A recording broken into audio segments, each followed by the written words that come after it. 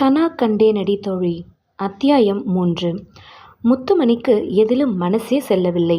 அவள் கணவன் கேஎஸ் என அழைக்கப்படும் கல்யாண சுந்தரம் மிகப்பெரிய குவாரிக்கு சொந்தக்காரர். கல்லுடன் பழகி பழகி கல்லாகவே இறுகி போனவர். அவரிடம் அவள் அன்பாக பழகியதை விட பயந்து நடுங்கி வாழ்ந்ததுதான் அதிகம். மனிதர் எப்பொழுதுமே கோபப்படுவார், ஏனென்றே தெரியாது. எந்நேரமும் கடுகடுத்த முகம்தான். அவரை பொறுத்தவரை மனைவி ஒரு கௌரவ சின்னம், அவ்வளவுதான். அதற்கு அணிமணி பூட்டி விழாக்களில் நிறுத்துவார். தன் செல்வ வளத்தை பறைசாற்றுவார். அத்துடன் முடிந்து போயிற்று. உயிரற்ற பொருளுக்கு கிடைத்த மரியாதை கூட முத்துமணிக்கு கிடைத்ததில்லை. அருமை பெண் மகிழா கூட அவளை இப்போது மதிப்பதில்லை. சிறு வயதிலிருந்து அவள் விடுதியில் வளர்ந்ததால் என்றைக்கோ விடுமுறை நாட்களில் பார்க்கும் அடிக்குரலில் மிரட்டும் தந்தையும் தொட்ட 90க்கும் பயப்படும் தாயும் அடியோடு பிடிக்காமல் போயினர். படிப்பில் ஓகோ என்று இல்லாவிட்டாலும் முதல் வகுப்பில் பாஸ் செய்யும் மாணவியாய் இருந்தாள்.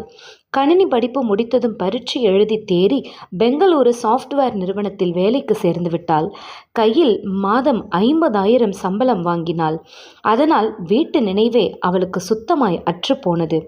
திருச்சி திருவானைக்கோவிலில் பிறந்த பெண் கலிஃபோர்னியாவில் பிறந்த பெண் போல உருமாறிவிட்டிருந்தாள்.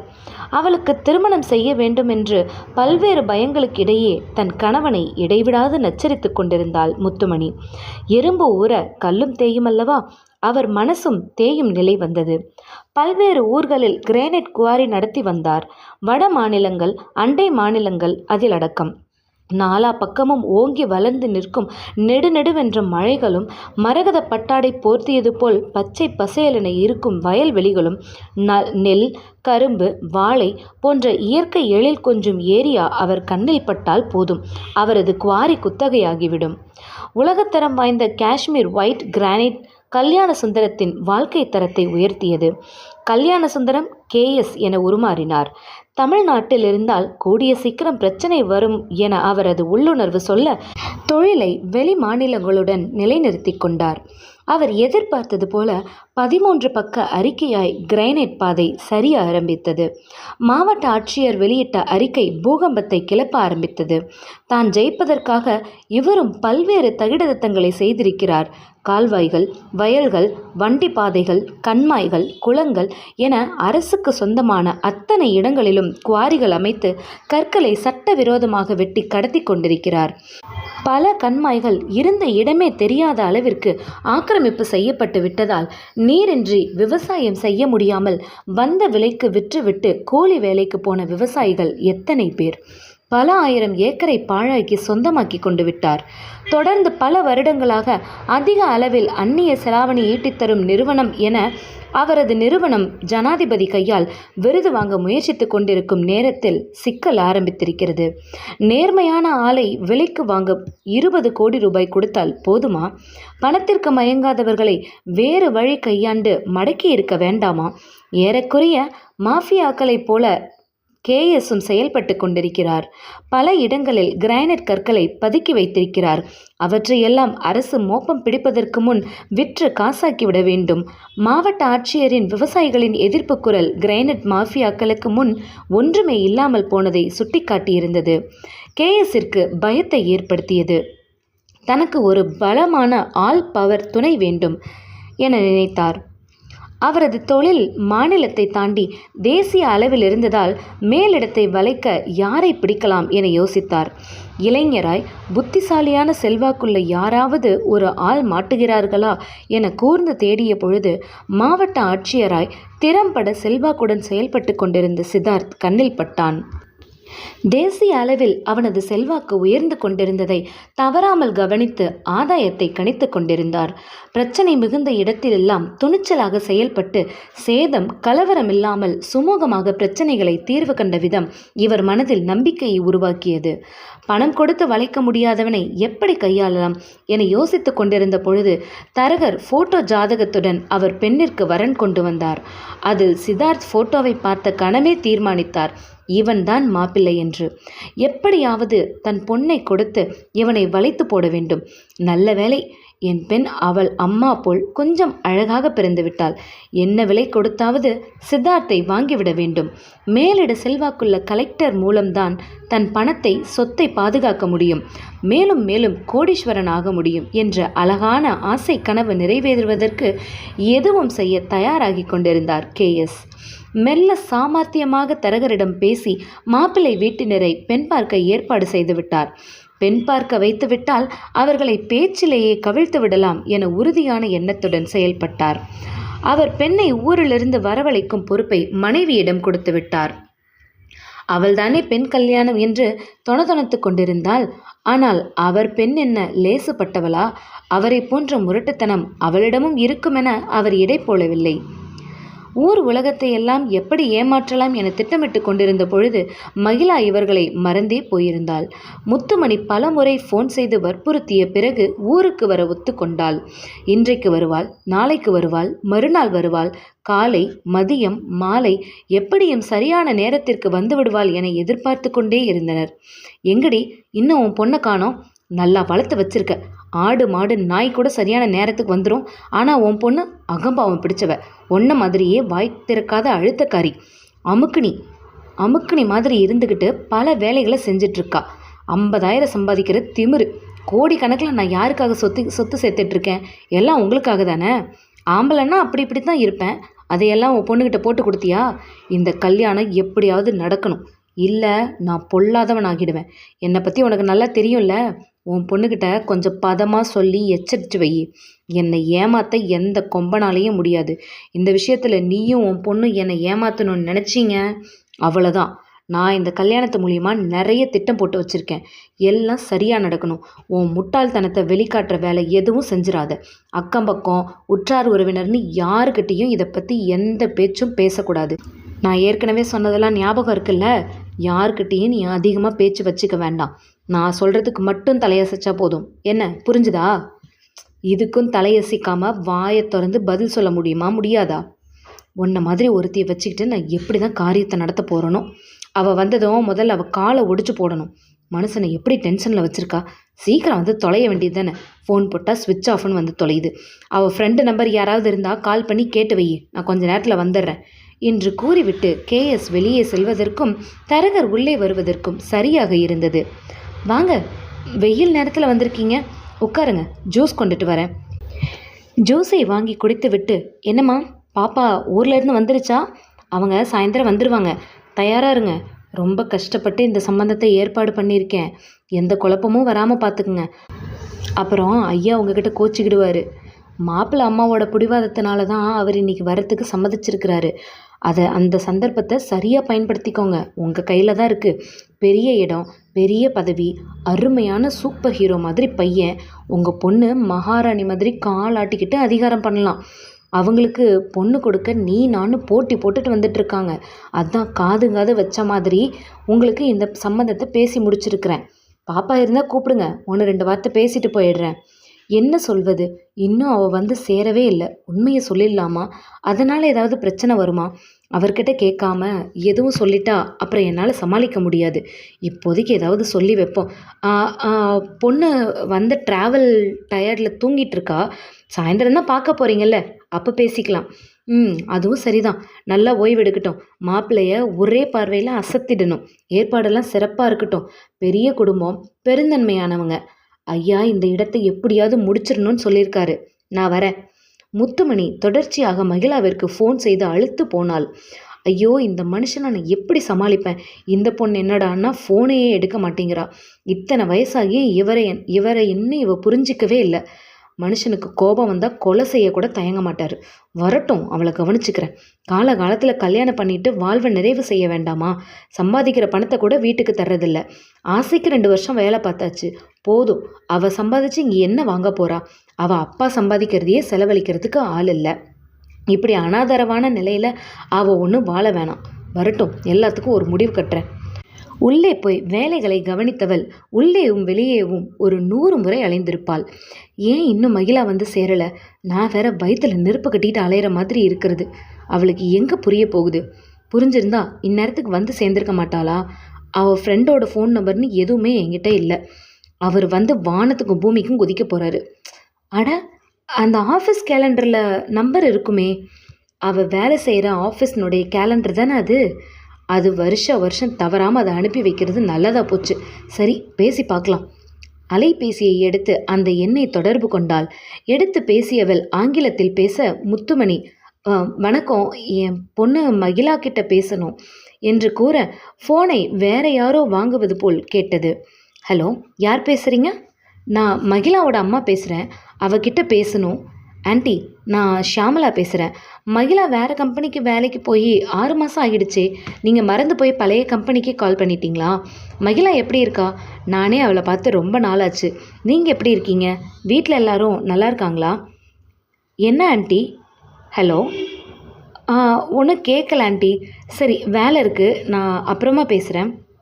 அவள் வைத்து விட்டாள். ஆனால் மகிழாவின் தாய்தான் அப்படியே ஸ்தம்பித்து போய்விட்டாள். என்ன, வேறு கம்பெனிக்கு போயிட்டாளா? அதுவும் 6 மாதம் ஆகுதா? எதையுமே அவள் சொல்லவே இல்லையே. என் பொண்ணு எங்கேயாவது தொலைஞ்சு போயிட்டாளா? என்ன நடக்குதுன்னே தெரியலையே.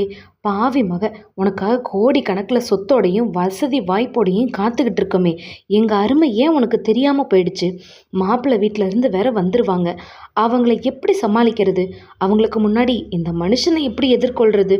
என்ன தான் செய்ய போகிறேன்னே தெரியலையே. ஐயோ, நான் என்ன பண்ணுவேன்? கடவுளே, இவரோட கோபத்துலேருந்து என்னை காப்பாற்று. எந்த அவமானமும் விருந்தினர் முன்னாடி ஏற்படாமல் பார்த்துக்கோ. ஐயோ, அவர் வந்துட்டார் மாதிரி இருக்கே. என்ன ஆக போதோ தெரியலையே. ஏய், என்ன உன் மக வந்து சேரலையா?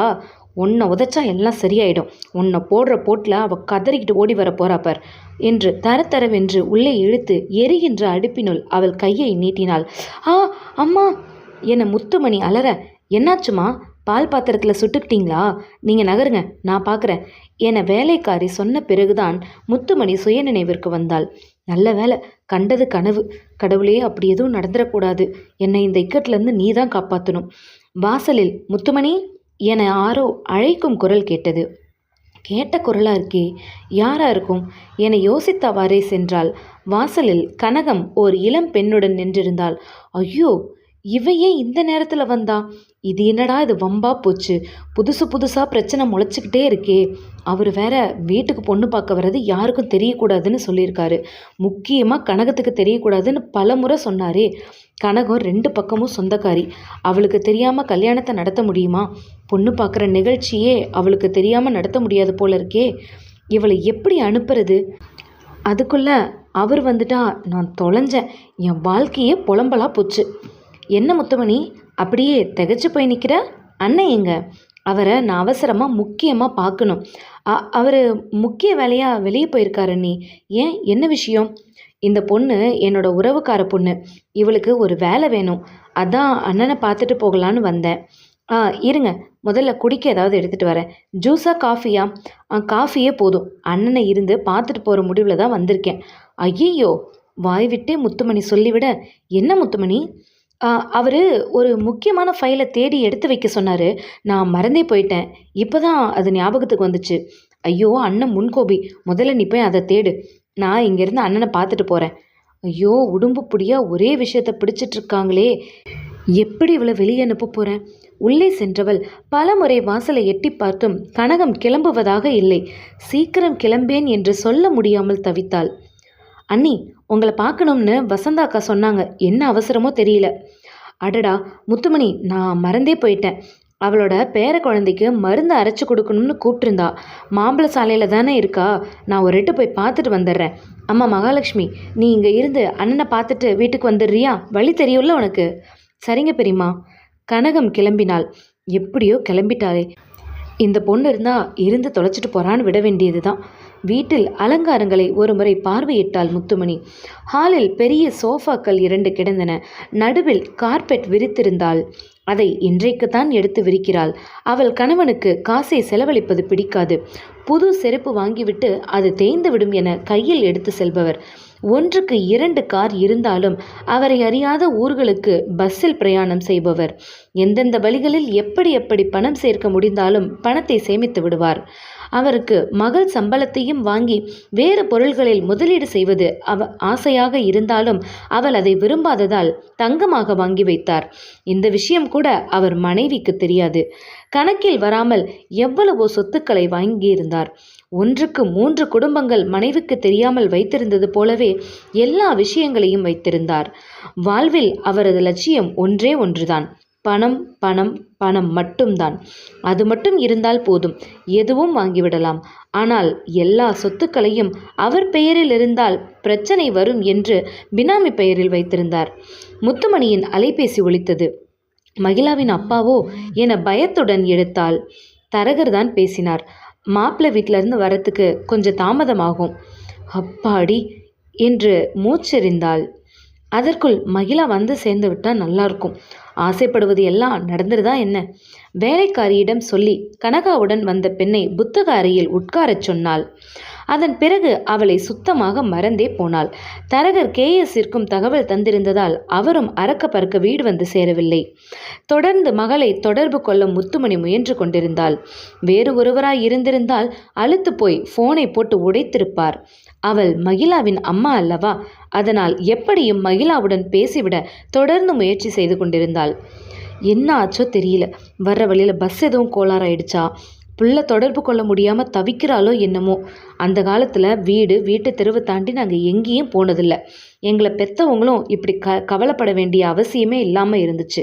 வீடு விட்ட பள்ளிக்கூடம், பல்லாங்குழி, கட்டாங்கல்லுன்னு சந்தோஷமாக துள்ளி தெரிஞ்ச காலம் எல்லாம் இந்த காலத்து பிள்ளைங்களுக்கு எங்கே கிடைக்குது?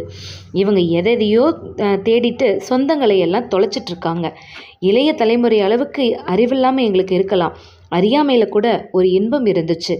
எதை பற்றியும் கவலைப்படாமல் பட்டாம்பூச்சிகளாக ஆனந்தமாக நாங்கள் வாழ்ந்த காலம் என் மகளுக்கு கூட வைக்கல. இவரை மணந்து கொள்ளும் வர நான் சுயமாக சிந்திக்க தெரிஞ்ச மனுஷியாக தான் இருந்தேன். இன்னைக்கு இந்த வீட்டில் இருக்க உயிரற்ற பொருட்களில் ஒன்றா தான் நான் இருக்கேன். என் பொண்ணு என்னோட ஒட்டாமலே போயிட்டா. இவருக்கு பயந்து நடுங்கி சமாளிப்பதிலேயே என் கவனம் இருந்ததால் அவளை வளர்க்கறதுல நான் கோட்டை விட்டுட்டேன். என் தோழியா ஆறுதலா தூணா நிற்க வேண்டிய என் பொண்ணு இன்னைக்கு என் கவலைக்கு உரியவளாகிவிட்டா. என் பொண்ணை இனி மீட்க முடியுமா? அவளுக்கு என்ன மாதிரி இல்லாமல் ஒரு நல்ல வாழ்க்கையை அமைச்சு கொடுக்கணும். இன்றைக்கி பொண்ணு பார்க்க வர குடும்பம் நல்ல குடும்பம், பாரம்பரியம் மிக்க குடும்பம்னு சொன்னாங்க. பையன் ரொம்ப நல்ல பையன்னு சொன்னாங்க. பையனும் ஃபோட்டோவில் பார்க்கறதுக்கு கண்ணு படுற மாதிரி லட்சணமாக தான் இருக்கான். அவர் எதுக்கு இந்த இடத்துல சம்மந்தம் பண்ண ஆசைப்பட்டாலும் சரி, அது இருந்துட்டு போகட்டும். நான் என் பொண்ணு நல்லா வாழணும்னு இந்த இடம் அமையணும்னு ஆசைப்பட்றேன். எல்லாம் நல்லபடியாக நடக்கணும். இந்த இடம் முடிவாகணும். 2 பையன்தான். பிக்கல் பிடுங்கம்னு எதுவும் இல்லாத குடும்பம். தனியாகவே மகிழா வளர்ந்துட்டா. கூட்டு குடும்பம் கூட்டம் அவளுக்கு சரி வராது. அவளுக்கு வர்றவன் அவளை உள்ளங்கையில் வச்சு தாங்கணும். அவளை அருமையாக கொண்டாடணும். மனசறிஞ்சு நடந்துக்கணும். சின்ன வயசுல இருந்து இந்த குடும்பத்தில் அவளுக்கு கிடைக்காத அன்பையும் அரவணைப்பையும் அவன் கொடுக்கணும். அவளுடைய உணர்வுகளை அவன் மதிக்கணும். இப்படி எத்தனையோ ஆசைகளையும் கனவுகளையும் நான் சுமந்துக்கிட்டு இருக்கேன். சீக்கிரம் வந்துரு மகிழா. உன்னதமான வாழ்க்கை உனக்காக காத்துட்ருக்கு. சீக்கிரமா வா. வாசலில் கார் சத்தம் கேட்டது. மகிழாவின் அப்பா தான். முத்துமணி, சீக்கிரம் ஆரத்தி கரைச்சி எடுத்துட்டு வா. மாப்பிள்ளை வீட்டில் இருந்து எல்லாம் வந்துட்டாங்க. சந்தனம், குங்குமம், வெத்தலை பாக்கு, பழத்தட்டெல்லாம் எங்கே வச்ச? இன்னும் சுறுசுறுப்பு உனக்கு பத்தாது. எத்தனை சொன்னாலும் அசமஞ்ச மாதிரியே இருக்க. பேசாமல் விடுவிடுவென அவர் கேட்ட அனைத்தையும் எடுத்து வைத்தாள். பன்னீர் தூவியங்க? அதையும் கேட்டால் தான் எடுத்து வைப்பியா? சொந்தமாக சிந்திக்கவே தெரியாதா? சொல்கிறத நீ ஒழுங்காக செய்யவே மாட்டேங்கிற. கரடியாக நான் கத்தி கத்தி தொண்டை காஞ்சது தான் மிச்சம். சாப்பாட்டு தட்டெல்லாம் எடுத்து வச்சியா? மாப்பிள்ளை வீட்டிலேருந்து 4 பேர் தான் வராங்களாம். அவங்களோட தரகர் வரல. அவர் யார் வீட்டுக்கோ கல்யாண கமிஷன் வாங்க போகிறாராம். நீ பாட்டுக்கு கணக்கு வழக்கு இல்லாமல் சாப்பாட்டை தயார் பண்ணி வச்சிடாத, வீணாக போயிடும். அவர் சொல்லி கொண்டிருந்த பொழுது முத்துமணிக்கு வேறொரு விஷயம் ஞாபகம் வந்தது. கனகம் வந்ததை சொல்லாவிட்டால் மாப்பிள்ளை வீட்டார் முன்னாலே கூட அவளுடன் தகராறு செய்வார். எனவே சொல்லிவிட வேணும் என முடிவு செய்து, என்னங்க உங்களை பார்க்க கனகம் வந்தா என சொல்லி முடிப்பதற்குள் கோபமாய் அவளிடம் பாய்ந்தார். எத்தனை தரம் படித்து உங்ககிட்ட சொன்னேன், யார்கிட்டையும் சொல்லி தொலைக்காதுன்னு. அதுவும் கனகத்துக்கிட்ட போய் சொன்னியா? அவள் மாப்பிள்ளை வீட்டுக்கும் சொந்தக்காரி வேற. நம்ம குடும்பத்தை பற்றி நல்லபடியாக சொல்லுவான்ற நம்பிக்கை எனக்கு இல்லை. சரியான ராங்கிக்காரி. உன் மரமண்டைக்கு சொல்கிறது எதுவும் காதில் ஏறாதா? அவள் இங்கே இல்லைங்க. ஒரு வழியாக சமாளித்து அனுப்பிட்டேன். அவளுக்கு எந்த விஷயமும் தெரியாது. நாங்கள் யாரும் எதுவும் சொல்லலை. அப்புறம் எப்படி வந்தாளாக்கும்? எச்சினி அனுப்பி வச்சாளா? இல்லை, அவள் உறவுக்கார பொண்ணுறுத்தி வேலை கேட்டு உங்களை பார்க்க வந்திருந்தா. அவளை திருப்பி அனுப்புறதுக்குள்ளே போதும்னு ஆயிடுச்சு.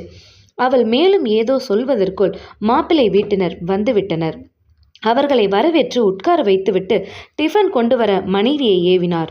உள்ளே போன முத்துமணி, மகிழா எங்கன்னு கேட்டா என்ன செய்கிறது என்று கைகளை பிசைத்து கொண்டு சமையல் கட்டிலேயே நின்றாள். இந்த அறிவு கட்டவ என்ன செய்கிறா என்று உள்ளே பார்க்க வந்தவர் பல்லை நரநரவென கடித்தார். என்னங்க, மகிழா இன்னும் வரல? என்ன? கடும் கோபத்துடன் கேட்டவர் ஹாலில் அமர்ந்திருப்பவர்கள் நினைவுக்கு வர, முதல்ல அவங்கள சமாளிச்சுட்டு இவளை அப்புறமா பார்த்துக்கலாம். டிஃபனை எடுத்துட்டு வா, வாயை திறக்காம வா என்று சொன்னார். புத்தக அறையில் அமர்ந்திருந்த பெண் புத்தகத்தில் ஆழ்ந்திருந்ததில் நேரம் போனதே தெரியவில்லை. இருட்டி விட்டதே, சொல்லிவிட்டு கிளம்பலாம் என வெளியே வந்தாள். இதோ பொண்ணு வந்துட்டாளே, வாம்மா வா, வந்து தயங்காம இங்கே உட்காரு என்று சித்தார்த்தின் அம்மா சொன்ன பொழுதுதான் கேஎஸ் அவளை கவனித்தார். யார் இவ? கணவனின் கேள்வி புரிந்து கனகத்து கூட வந்த பொண்ணு என மெல்ல கிசுகிசுத்தாள் முத்துமணி. அவளுக்கு எதுவும் புரியவில்லை. ஆனாலும் அழைத்தவர்களின் அருகில் சென்று கரம் குவித்து வணக்கம் சொன்னாள். உன் பேர் என்னம்மா? மகாலட்சுமி. பேருக்கு ஏற்ற மாதிரி மகாலட்சுமி மாதிரி தான் இருக்க. அவள் வெட்கத்துடன் தலை குனிந்து கொண்டாள். மகாலட்சுமி, என கேஎஸ் கூப்பிட்டார். திரும்பி பார்த்தவளிடம், அம்மா கிட்ட இருந்து டிஃபன் தட்டை வாங்கி அவங்களுக்கு கொடுமா என்றார். மறுக்காமல் தட்டுகளை வாங்கி புன்னகையுடன் பரிமாறினாள் மகாலட்சுமி. ஒன்றும் விளங்காமல் முத்துமணி அவளையே வைத்த கண் வாங்காமல் பார்த்தாள். உண்மையிலேயே பிரமிக்கத்தக்க அழகுடன் அந்த மகாலட்சுமி விளங்கினாள். காலையிலிருந்தே மன உளைச்சலில் இருந்த முத்துமணிக்கு முதலில் பார்த்த பொழுது அவள் அழகோ அடக்கமோ புலப்படவில்லை. மனம் முழுவதும் மகிழா இருக்கும் பொழுது அவள் மகாலட்சுமியை பார்ப்பது எங்கே? ஆனால் பார்க்க பார்க்க அவளுக்கே பிடித்து போனது. மாப்பிள்ளை வீட்டினரை பற்றி கேட்பானேன்?